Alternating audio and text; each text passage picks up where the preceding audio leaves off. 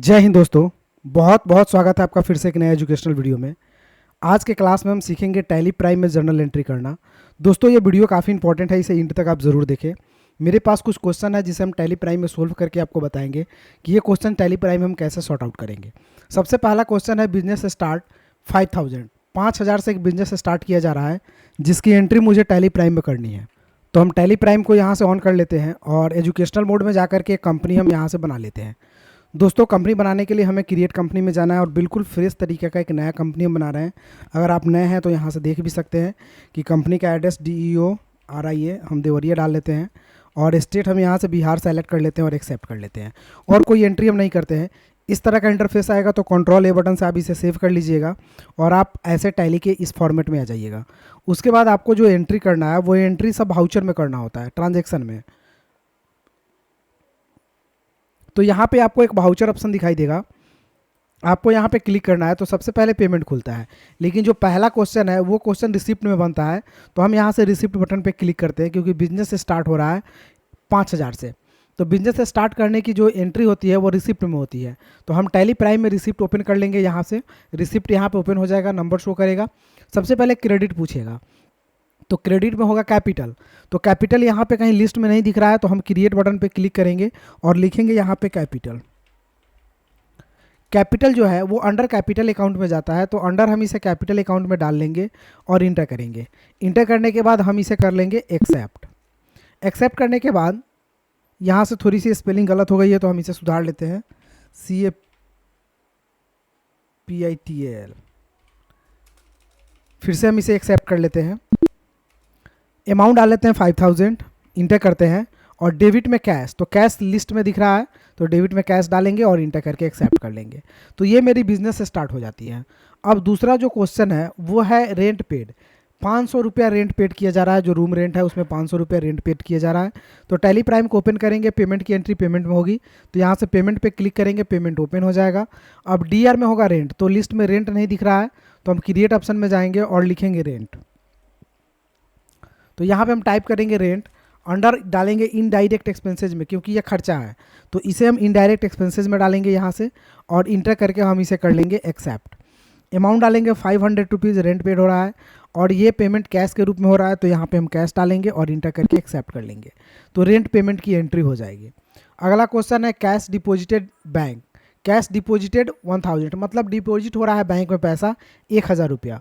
तो डिपॉजिट करने की एंट्री होती है कहाँ पे, तो कॉन्ट्रा में। तो क्लिक करेंगे, यहाँ से कॉन्ट्रा ओपन हो जाएगा।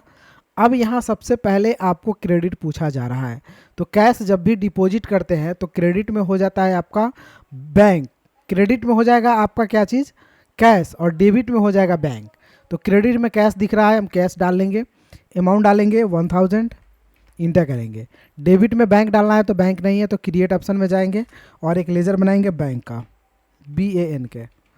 बैंक का लेजर अंडर जाता है बैंक अकाउंट में तो इसे बैंक अकाउंट में डालेंगे और इंटर करके हम अकाउंट नंबर अगर डालना हो तो यहाँ से अकाउंट नंबर आप अपने कंपनी का डाल सकते हैं, IFSC कोड डाल सकते हैं और एक्सेप्ट कर लेंगे। 1000 इंटर करेंगे। अब आपसे पूछा जाएगा 1000 में कितने का कौन सा नोट है, तो 500 का 2 नोट डाल देते हैं और एक्सेप्ट कर लेते हैं। तो ये एंट्री भी हो जाती है आपकी। अगला एंट्री है सैलरी पेड। आप किसी इंप्लॉय को सैलरी पेमेंट कर रहे हैं 1000 रुपया, तो सैलरी पेमेंट करने की एंट्री पेमेंट में होगी। तो यहाँ से पेमेंट बटन पे क्लिक करेंगे। यहाँ पे सैलरी का लेजर चाहिए तो नहीं है तो क्रिएट में जा करके सैलरी का लेजर बनाएंगे। सैलरी अंडर जाएगा इनडायरेक्ट एक्सपेंसेज में तो इसे डालेंगे इनडायरेक्ट एक्सपेंसेज और इंटर करके कर लेंगे हम एक्सेप्ट। अमाउंट कितना है, तो 1000 पेमेंट हो रहा है तो 1000 डाल लेंगे। अब डेबिट में ये पेमेंट कैश के रूप में हो रहा है तो कैश सेलेक्ट करेंगे और एक्सेप्ट कर लेंगे। तो ये सैलरी पेमेंट करने की एंट्री आपकी हो जाएगी। अगला क्वेश्चन है परचेज गुड्स। सामान परचेज किया जा रहा है 1000 का, तो परचेज करने की एंट्री यहाँ से परचेज में जाएगी। तो आपको परचेज पे क्लिक करना है।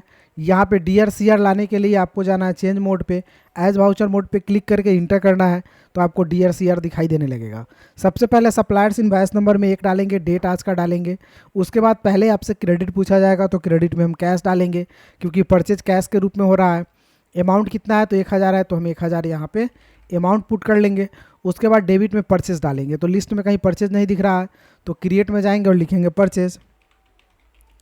परचेज लिखने के बाद अंडर जाता है परचेज अकाउंट में, तो परचेज को अंडर डालेंगे हम परचेज अकाउंट में और एक्सेप्ट कर लेंगे। तो ये एंट्री भी आपकी हो जाती है।